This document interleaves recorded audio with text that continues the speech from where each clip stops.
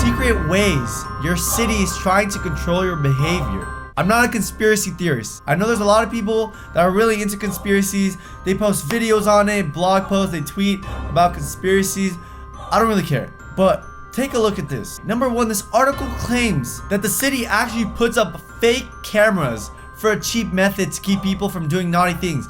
For example, let's say you have a stoplight camera and everyone sees it. Like, it's really visible, it's easy to see, and you always go by that street. It just so happens to be that there's a yellow and you might not make it, so you might have to pass on the red. But then you might have to think about it twice before doing that because you think the camera's gonna get you. Well, it might just be a fake camera, and that's unbelievable. I never even thought that they would do something like that, but apparently it might be true. All right, the second one says that many benches have armrests on purpose to prevent many people from lying down. You know, lying down and sleeping on the benches. It's the way the government tells the homeless people, no, you can't lie down on the benches. You can't sleep on the benches. Because to be honest, no one wants to be reminded of poverty. No one wants to be reminded that there's homeless people that are suffering. So the easiest method for them is to just prevent it. It's not to try to help them, apparently. It's prevent it. I never even took this into account, but there's actually half benches. They're just benches at the top part. They don't have the part where you can actually sit down on. I've seen these around, and I never even took it into consideration that it might be planned. But apparently it is. Half benches, they give you something to lean on, but prevent you from sitting or sleeping. You can't lie down. It's pretty much the same as having the armrests. This guy's trying really hard to lie down. Look at this guy. You can't. I'm sorry. The government is trying to prevent it. Like, think about it. Why else would they have a half bench? It's literally not that more expensive to just have the part where you could sit down. This is the only logical explanation, but you don't even think about it. It's crazy. Okay, so these metal studs on the concrete slab, apparently it says it's not even random. It's not just random metal studs. They were put there with a purpose to discourage people from skating. I know that skating was a big problem in New York City because it causes property damage. Basically, a skater can skate on any terrain as long as it's smooth.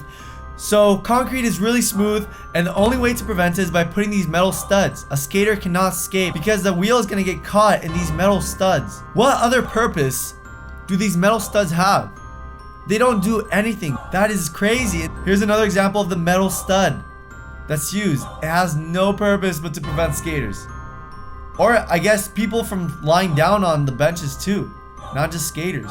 Alright, number 5. These are police cars that are just parked for hours or even days on the street randomly.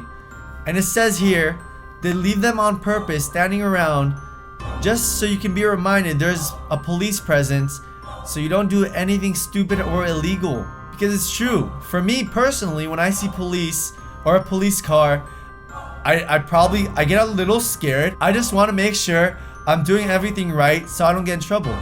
And that's a great explanation for this. Okay, this one's the craziest one by far. They put spikes underneath bridges because, again, they're supposed to prevent the homeless or people in general from lying down and sleeping. Because this could actually be a good shelter if you think about it, to prevent from rain or from the sun. It has shade. But they put these spikes here. You're manipulating where the homeless can go, and you're controlling them in order to make the city look more presentable. The homeless already don't have homes, and to prevent them from having a shelter over their head, I feel like it's kind of disgusting. This one I've noticed, but I didn't think twice about it. Small trash can openings. That way you can't throw large items. I guess you could say it's a way that the city can, control your behavior or what it wants you to do or it doesn't want you to do. But sometimes when they only want you to put bottles or cans so they are able to recycle without having to manage or filter out the bottles and cans from the trash, that makes sense. So in this case, I think they're kind of justified in doing this. Sometimes we can get really annoyed when there's poles that are just covered with flyers and stickers. It can get pretty annoying. So the government and the city, they found a way to prevent that. They put anti-sticker covers. These are covers that you basically just can't stick anything on. That is insane. You can't have, like your garage sale is this way. No, you can't do that anymore. At least not in this area. Again, we have these decorative window diamonds, these studs right here on the floor that prevent the homeless from sleeping. That's it. We made it to the end. I think this is absolutely insane. I never even thought about this. if it wasn't for this article. It's the small things that we overlook, and that's what's so crazy. I really want you guys to let me know what you guys think about this. I'm gonna read your comments. I'm interested in this. Conspiracies can be interesting, even though I'm not a big conspiracy, you know, I don't believe in a lot of conspiracies or anything, but I just like hearing this conspiracies because I find them interesting. Is this where my taxes are going to? I'm just kidding. Alright guys, thank you so much for watching. I'll see you guys in another episode of Reaction Time. Until then, have a great one and peace out.